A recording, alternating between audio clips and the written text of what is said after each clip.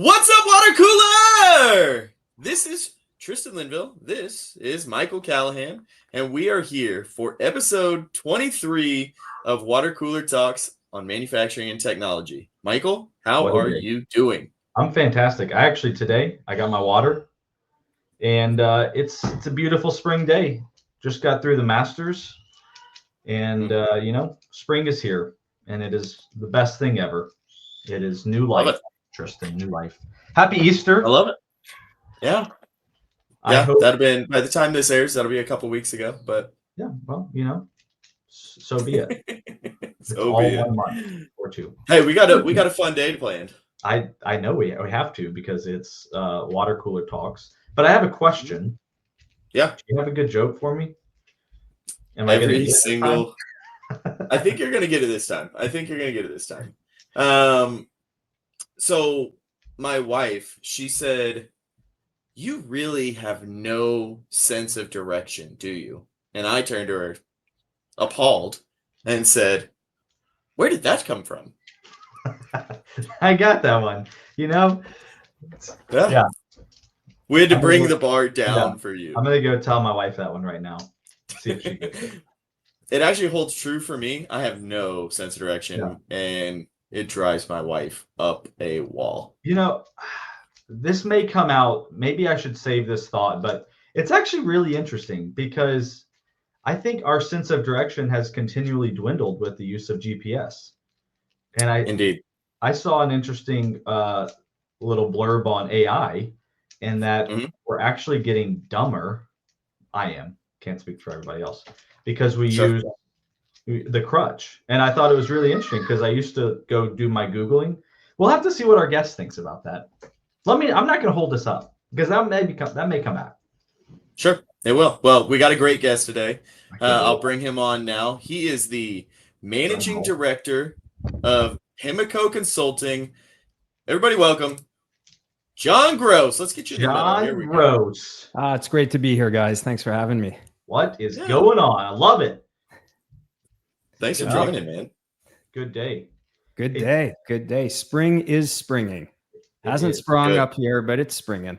Now tell us, Jon, where you're from. Well, I'm from Montreal, Quebec. I live in Toronto, but I will always call myself a Montrealer. It's playoff season here in the Great White North, and my Habs have made the playoffs for the first time in 4 years. That's amazing. That's good. Congratulations. We need a newspaper like this. Champs. 3 years old, but it'll stay up for a long time. So for the listeners out there, we brought on Jon, again, managing director of Pemeco Consulting. So this is the second edition of Consultants Corner on our podcast, as we've done these mini series and so forth. Kind of a loaded, quick half hour here. Michael, I think you're going to kick us off with questioning, right? I mean, the first question is, I want you to have a little time to introduce your company. Who are you all? What do you do, so that the listeners can kind of learn a little bit about this world? Yeah, so Pemeco was founded in 1978, and way back then, you couldn't buy systems like Infor's LN system or M3 or Sightline, and the firm was in the business of providing service bureaus, so back office accounting, and it would write MRP systems and production systems. Fast forward to the early 80s, while this stuff became available off the shelf, Bon out of the Netherlands and SAP and Oracle, and Pemeco developed a really, really strong reputation at implementing these very, very sophisticated, invasive systems successfully for fairly large manufacturing and distribution companies. Fast forward a few years, there were vendors knocking at our firm's door saying, "Would you rep our software, and would you become an integrator?" And our view of the world was that the client needed an expert representing its interests who knew how to run these projects successfully, who knew about project management, and change management, and business process architecture. And so we really built up this practice and specialized in implementation. And over time, companies would come to us and say, well, we're running these now dated systems that weren't so dated back in the 80s, but come Y2K and shortly after started becoming dated. What do we do next? And so we built these advisory practices around that, around, you know, helping our clients design their future state architecture, leading them down the path of selecting the right technologies for their businesses, prepping them for big invasive implementations, and then shepherding those implementations to successful outcomes. And I guess one of the bigger differentiators in the market, and I don't have any legit statistics to back this stuff up, but as far as we know, we're the only firm in the industry with an impeccable 100% success rate when we run the implementation projects. That's amazing. Awesome. Yep. That's fantastic. Well, the second piece of this question is doing a little bit of research into who you are, Jon, and I saw that you had an interesting background. You actually have more of a law background. You know, most people may come from industry or like accounting. You come from fighting the good fight for whoever it is. I'm curious, how'd you get into Pemeco? Yeah, I mean, so depending on who you ask, I either came from the dark side or I'm working in the dark side right now. A lawyer or consultant. I'm not sure if you please anybody with that. I'll tell you, I got lost. And so your GPS example, well, I got lost way before those things were even a thing. And before I get into my background, let me tell you a little bit of a story. When I decided to leave the private practice of law, it was well known in my law firm that I had a terrible, terrible sense of direction. So way back in 2007, my parting gift was a Garmin GPS that I could plug into the cigarette lighter in the car. So maybe I got lost from law on the way to consulting, but the real story, guys, is that I wanted to get into business. And I decided that I loved the law firm I worked at. I loved my colleagues there, but it wasn't something that excited me in the morning. So I went back to school. I got a master's of business administration and really took a look around, and maybe selfish reasons, maybe not, decided I didn't want to start at the bottom of the pecking order again.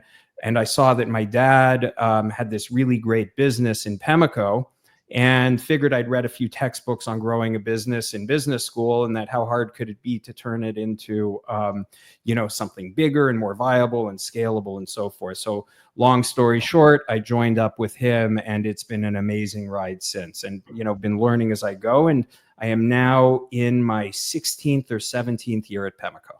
That is amazing. That's awesome. Yeah. We should probably go hang out one day. Maybe we should play golf in the South where it's warm. I don't know how long your spring is, but I don't think it's too long. But we should play golf, and we should compare stories of working with our dads. Let's do that. Would love to hear yours.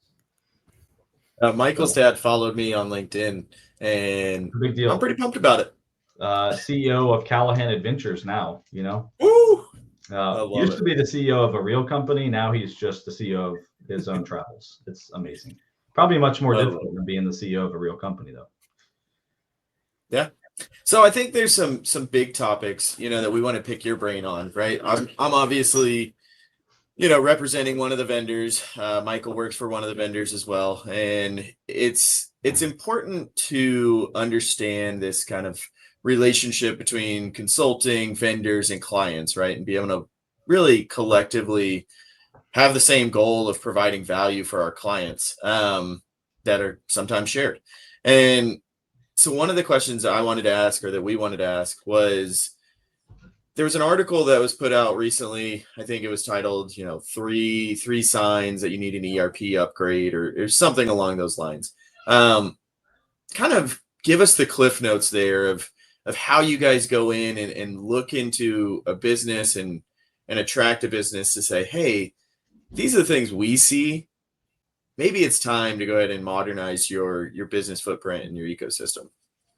That's a really good question. And so this happens all the time. We're constantly going into companies and they're running legacy systems, things where, you know, the developers of the application, it's hard to even go out and find people who can support things, a lot of RPG and COBOL based stuff. So when we go in, we take a look around and we learn about the business, what it's trying to do. And typically when you've bought a system 15, 20, 30 years ago, it was meant to do something back then.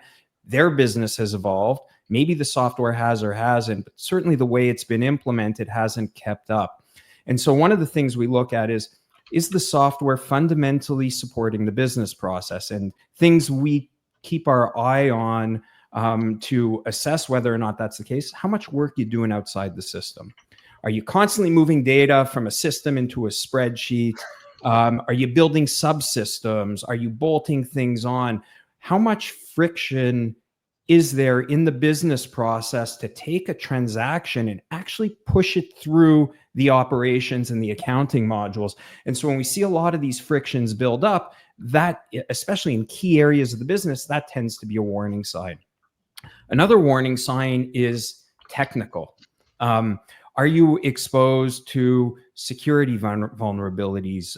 Is your infrastructure, is the operating system being held together with duct tape, and every time there's an outage, you have to recompile something, you close your eyes and pray that the system's going to come back online? So that technical risk is really another big indicator. The last one, and we see this in a lot of companies, is, again, I mentioned before, the aging, the aging talent to deliver and support the application.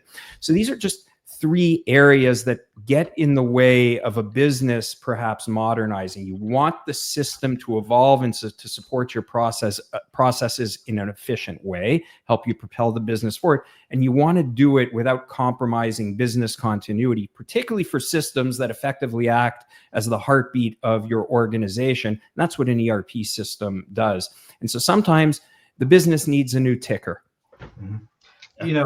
Something you said really hit a good memory. And maybe it's not a good memory, but when I was going through my MBA program, one of the things, it was an IT class, and one of the things that they said is, what's your basically fail safe?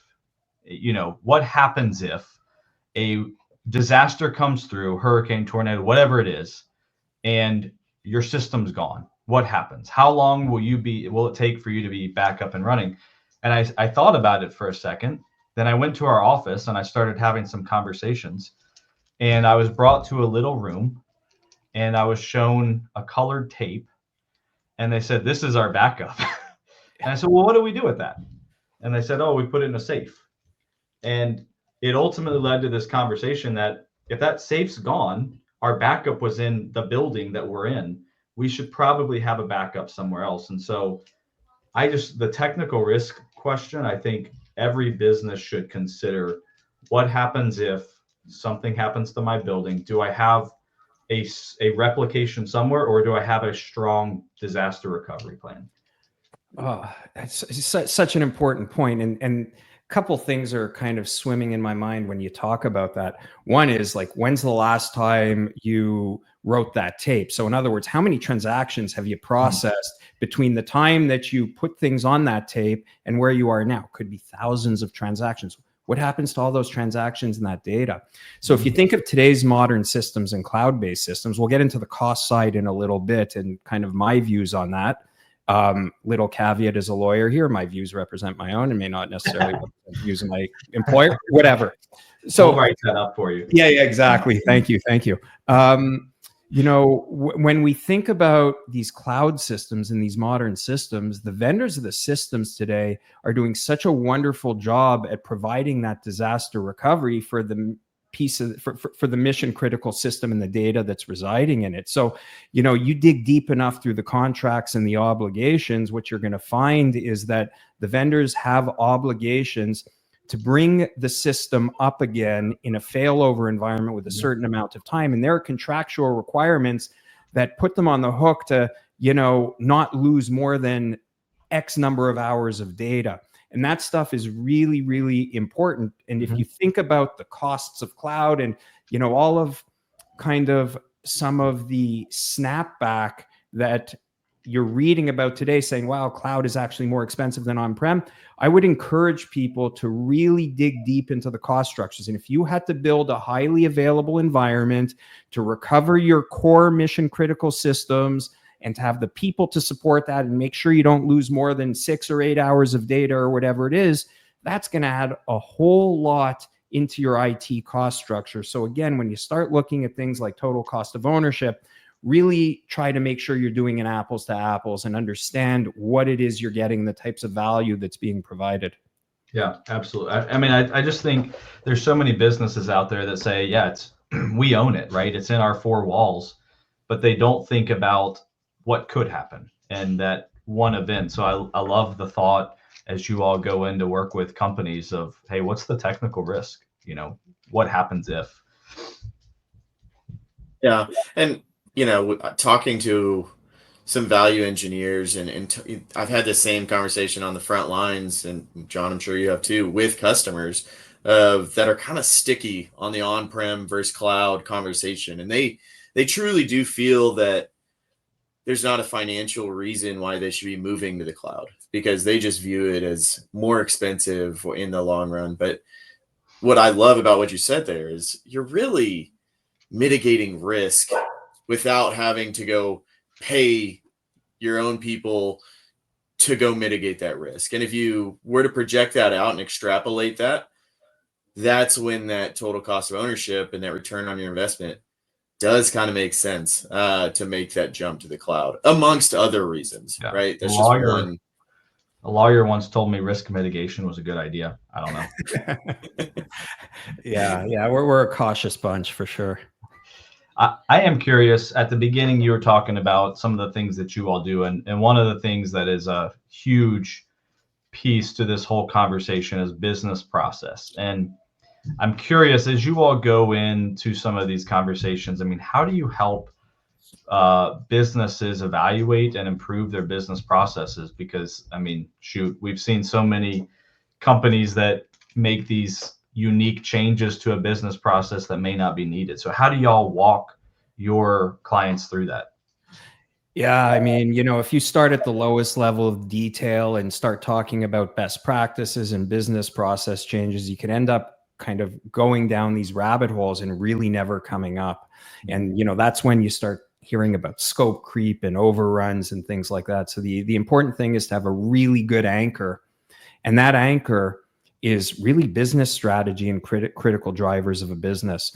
So if you think about what's going to move the needle for a company, what are its competitive advantages against its top 5-6 competitors, where's it winning in the marketplace, where is it growing, what are the gaps between certain key performance metrics in terms of actuals versus what the strategic plan says, and you chart those out and you list them. Most companies don't have more than 5, 6, or 7 major strategic initiatives. The idea is to take those and then break them down into higher level operational objectives, and then break them and then cascade that all the way through down to kind of a much lower level of detail that says, this is why I need to have available to promise on a sales order, and cascade that right back up to strategic drivers. And you've got benchmarks and things like that. The whole point is, when you get to a point of making a decision as to whether or not you need a business process change, or if you think of the types of systems that these vendors sell, they can handle a business process in one of 7, 8, 9, 10 different ways. If you're anchoring things in strategic drivers, now you have a basis to say this is important or this is not important, or we're going to choose option A over option F in terms of setting this thing up. So the starting point, the way we approach it with our clients, is to really dig into the strategic drivers, to quantify them to the extent we can, and cascade that through operations down to the lowest level of, the process activity or the data record or whatever the case may be. And then, run analysis and statistics over it that say, look, if we implement these 15 things in these processes, here's how we think it's going to move the needle strategically. We drop a pin in it and say, okay, here's our benchmark. We're going to go out and find a system that does this really well. We're going to get this into our implementation plan. Does it mean you're going to realize that value on day one? Maybe, but also maybe not. But it gives you that anchor point to continuously improve and really drive activities that are going to move the needle strategically. That is awesome. I mean, you could not have spoken that any better, because I love the idea of the anchoring on business strategic drivers, but also those drivers are competitive advantages. And I think that's where, as we see this a lot, is why do you do it that way? Sometimes it's okay. If it's your competitive advantage that you do it that way to provide better service, better quality, whatever it is, do it. But if it's not, then maybe reevaluate that to become a little bit more lean and sharper, in your processes. I like that. Yeah, just to kind of elaborate on that, you got me thinking. So one of the things that often comes up is, hey, we want to go 100% best practices, or we have clients at the other end of the spectrum that say, no, it's got to be this way. If you kind of tag things relative to whether they're going to move the needle strategically, now you have a data point that says, actually, we do have to deviate from a best practice because it's a competitive differentiator, or there's really no good reason to continue doing it that way because it is not delivering outlier business value for our organization. I learned a very good word from a wise 8-year-old, and it was why. But I truly believe, like when we look at why do you do it that way? I think the important piece is really understanding that, because sometimes we just do it that way because it's always been done, or because we had a problem and so we added this on top of it and this on top of it, and next thing you know, you have an 8-step process, and when you ask why, it's like, it's a good question. Maybe we should probably reevaluate that. So I love the question why. I also like the approach of focusing on kind of the strategic areas of that's differentiating for the business, because so many times in these projects, and I heard is actually one of our customers spoke, I don't know, it was a couple months ago, and she spoke about when they went live or were planning to go live, they're really focused in and like trying to like almost design for perfection. And I feel like when you take this approach of designing for perfection, you're never going to reach it, because everything's a little bit theoretical and, okay, everything's best business practice. But really, if you just focus at the core of what's, making the business profitable and value generating activity there, then it kind of builds out from that nucleus. And so I think it kind of aligns with what you're saying. And there is that risk of designing for perfection, and then you've got scope creep and schedule slip and maybe troubled implementations, which Pemeco does specialize in, right? I mean, you guys take over a lot of troubled scenarios with clients and so forth. So maybe just touch on that, some of those experiences of what causes some of these troubles, and then how you guys kind of right the ship to get it back towards the destination. Yeah. So just following that thread a little bit, you're 100% right. Trying to execute perfection and refusing to flip the switch on the system until it hits someone's idea of what perfection is a recipe for a bad outcome.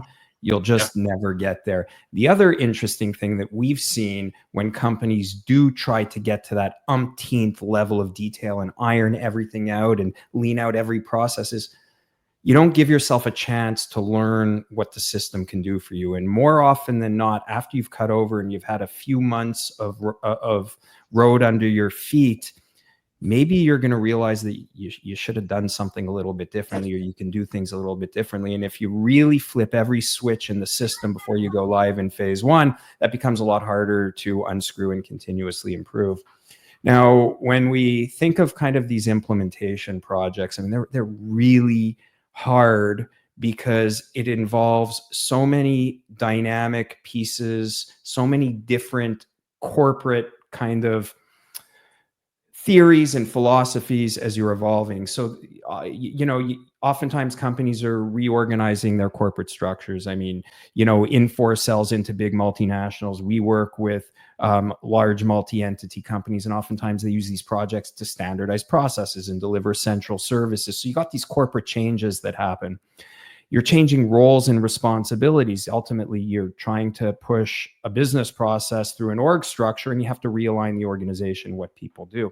Then you've got to design the business process. You have all these technical work streams. The point is there's just a whole whack of things that have to happen in a really structured way through an implementation. And that's why we call this thing a transformation. We're not just, changing a couple of steps in the process. Oftentimes, the business case for one of these projects lies in its ability to deliver value. And so there's a lot of change. So a lot of things have to line up in order to do it well. So, you have that on one side, and then you've got, well, we've got to track and manage everything on the other side, which is the project management level. And then you end up having this project management plan with 2,000 lines on it, and you're flipping kind of fields from 25% complete to 50% complete. What does that really tell you? Probably not a whole lot. So it's kind of an art and a science. And what are the things that businesses should be measuring over the life of a project? The few major things that tell you whether or not the project's on track and on the path to success. There's the organizational change stuff. There's the project management stuff. There's the business process stuff. And there's a whole bunch of technical stuff relating to data migration and security profiles and dashboards and workflows.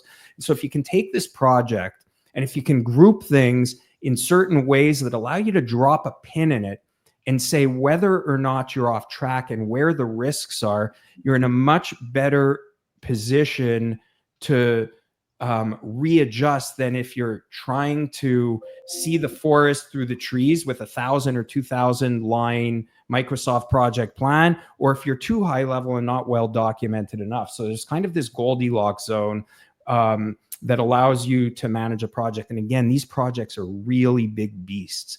They're not going to ever run perfectly. So it's really about risk spotting and issue management and making course corrections in real time so that you can kind of steer the ship and take a little turn to the left or right just to stay within the lanes.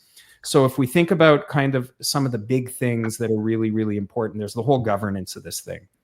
And so you want a steering committee to not just be this group that gets a report read out to it on status. They've got to control this thing and make strategic decisions. And when someone comes up and says, I want this shiny object or I want perfection, they say, no, it's not, in the scope, and we've defined the scope, and the scope is tied to our strategic drivers and so forth. So there are a whole bunch of moving parts. It does start off with good governance, good scope, and then really strong commitment to really structured testing and data migration, training, and so forth. A lot of moving parts, but again, breaking it down into manageable, measurable chunks is really, really important. Yeah, that's fantastic because there's a couple things. The measurable outcomes and the measurable kind of tangible milestones is huge because actually I had a CFO, I think it was last week. I told him that this project is probably going to be from the time they sign the paper to the time we turn the lights on, it's probably 12 months, and that's pretty realistic. For this, scope and so forth. And he was like, wow, that's surprising to me. And I said, it won't be, it is. And it's kind of the responsibility of the vendor, of the consultant, of the business to really collaborate on these measurable outcomes. And then also to level set the proper expectations that this isn't going to be peaches and cream the whole time. It is a level of very tactical work together to drive value on the back end for, value realization in say years 2, 3, 4, 5. And so it's really cool to hear that because that's what I tell a lot of my customers and prospects. And it's, somewhat validating from another team that does this, day in and day out. So, you guys are the podcast hosts here, but let me turn the tables on you for a sec. Let me ask a question. Okay. You guys mind? This is go for it. All right. So when you're out there talking to all these companies and you go in and explain that, hey, this is a 12-month project, 16-month project, whatever it is, then the next question is, well, how much time is expected of my team and my people? Do you ever find that, your prospects and customers are surprised when you come back and explain how much time their people need to dedicate to this thing? Yeah. I find that, and it depends kind of the market, right? When we're talking like a maybe lower mid-market type company that has kind of a lean back office operation anyways, maybe they're operator heavy.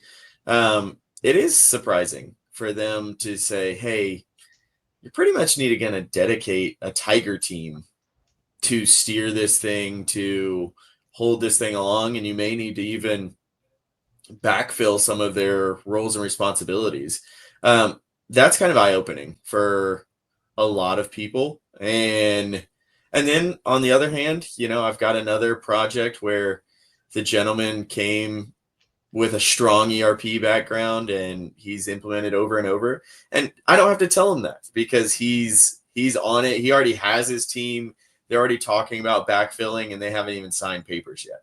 So it definitely varies in the market from what I've seen. Michael, I'll let you comment. I mean, what I would say is it comes back to the why, to helping them understand, because I do think it is a shock. I think it's a shock of like, well, that's crazy. Like, why do I need people involved that deeply early on in the process, right? And also, aren't you just flipping a switch? And the answer is no. There's a lot of things that go in, like to your point, business process. Like, we need to understand what's going on in your business processes today. We have to do training. We have to do data validation.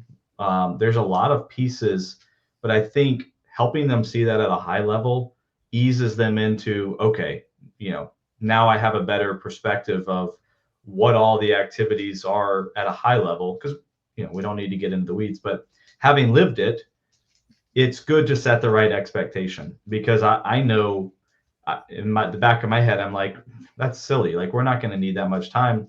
And then when we got into it, I'm thankful that we had that expectation, because we were pulling people out. We literally had people training day in and day out, and having to pull them out of jobs. And it's tough as a small business to do that.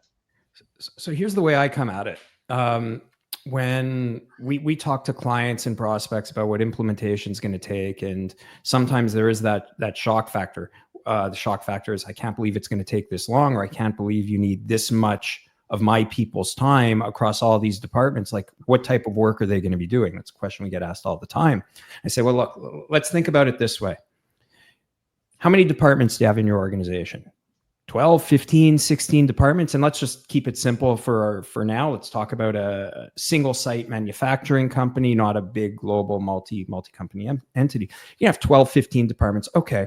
How many business processes do you have in each department? Say we got about 10 to 25 business processes that we do every single day. All right. And so now each one of those business processes has to be modeled, has to be set up in the system. And yes, there may be accelerators to help you get part of the way there. Then each one of them has to get tested in a very systematic way. First, we got to make sure that the processes just work in the department. Then you have to make sure that the cross-functional handoffs work. So when I cut a purchase order, I can receive it in the warehouse, and then it can make its way to accounts payable for the invoice match and the payments. So when you put it in those terms, and then we got to develop the training documentation, train the end users, a light bulb oftentimes goes off, but you've got to get down into the details.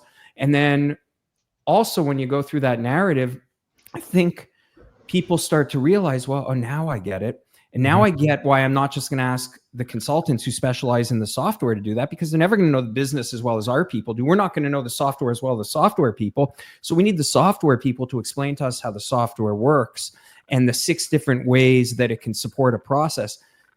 And my people know our business best, and they're going to come along for the ride and start to see the power in the software. And we're going to empower them to make really good decisions about what's going to fit best in the future and take ownership over that. That's kind of how we approach that narrative. Yeah. There are so many good things you just said. I literally remember sitting in a conference room with sticky notes and trying to figure out handoffs from, I put a sales order in. How does warehouse, without me emailing them, know that there's a sales order waiting to be picked, and trusting the process? I have one more question that I think is crucial in this, and it's how to choose the right people. And I'm curious your thoughts. And here's why I say that, because oftentimes, who is your super user? It's the person with the most tenure, or it's the, maybe you say it's the best person I have at the job. That's not always the best person. This is my experience. And I'm curious your feedback to someone that says, hey, how do I choose the right people? Okay. So let's build like so we're talking about the core team, and these are the folks who are going to be doing most of the work on behalf of the client for the implementation. They're going to be designing the process. They're going to be testing it. They're going to be training the end users. So if I could kind of, if this is an Xbox game and I'm building my ideal NBA 2K player and want to get 100% like score on them, I would say the person's got to be, let's start off a really strong team player. They have to have a really good tolerance for ambiguity. What does that mean? It means that, they have to be able to open their minds to things that they perhaps don't fully appreciate yet. They have to know the business processes in their department that they're going to be responsible for inside and out. They also have to have a good understanding of the cross-functional implications of those business processes. They need to be able to document and communicate well and handle conflict well. So that's like my ideal kind of player, my ideal persona. Now, what you're kind of describing is, well, you can't get everything at the buffet. You're going to get full. And where do you make trade-offs, right?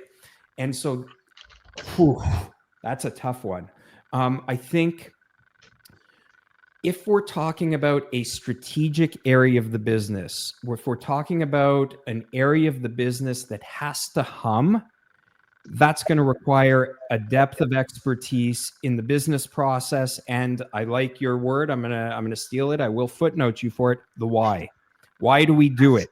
And if we can get to that why and abstract out the way we deliver why from the reason, in other words, abstract out the requirement from the business process, I would take that. We've been on implementations where it's, we've got a bunch of really green new hires who are super eager and super smart, but didn't come with the experience or the business process knowledge. And that was a tough ask. We've come at it the other way, where we've had people who have been doing the same thing over and over again for 25 years and didn't have that tolerance for ambiguity. And that's a tough ask. What's your experience like? That you hit it spot on. And that was the challenge, is we brought in the people with years of experience some of them didn't have the ambiguity to deal with change. And so naturally they shut down. But then I also can see, I think the hope is we'll get some of these new team members that have that energy or that excitement to go learn something new, but you're missing out on the business process. To be honest, we had probably a larger team, but we were a small business, so it's different. And we had a mix. And it was helpful to, when we're business process laying it out, to be able to have those people in to say, hey, this is our feedback. But then there's another group afterwards that's like, all right, now what is it? And how do we train on it? So it was a challenge for us. And that's, I think I love what you said, the couple of things, the team player, the open to ambiguity, knowing the business processes, but knowing the trade-offs and having some thoughts around why you trade off in certain times. No, that's really awesome. And it just makes me live through some of the scars of implementation that I've been through. And now this was as a user. Short story, I don't know if I ever told it. I was supposed to be on site as go live support. It was AS400 to SAP implementation when I was in industry. I was supposed to be on site as go live support for 2 weeks, and that would be successful if I was there for 2 weeks. I was there for like 4 months. So ripping somebody, literally a manufacturing planner, out of their job, setting them on a completely new plant to go learn that operation, to support that operation. That's the reality for some of these projects. And so I guess I swam in the ambiguity. It was great. Love it. Tristan, so wrap us up in. Yeah, big question. John's going to have to answer. It's kind of a two-part question. First part is, I need you to pick who's going to win the Stanley Cup.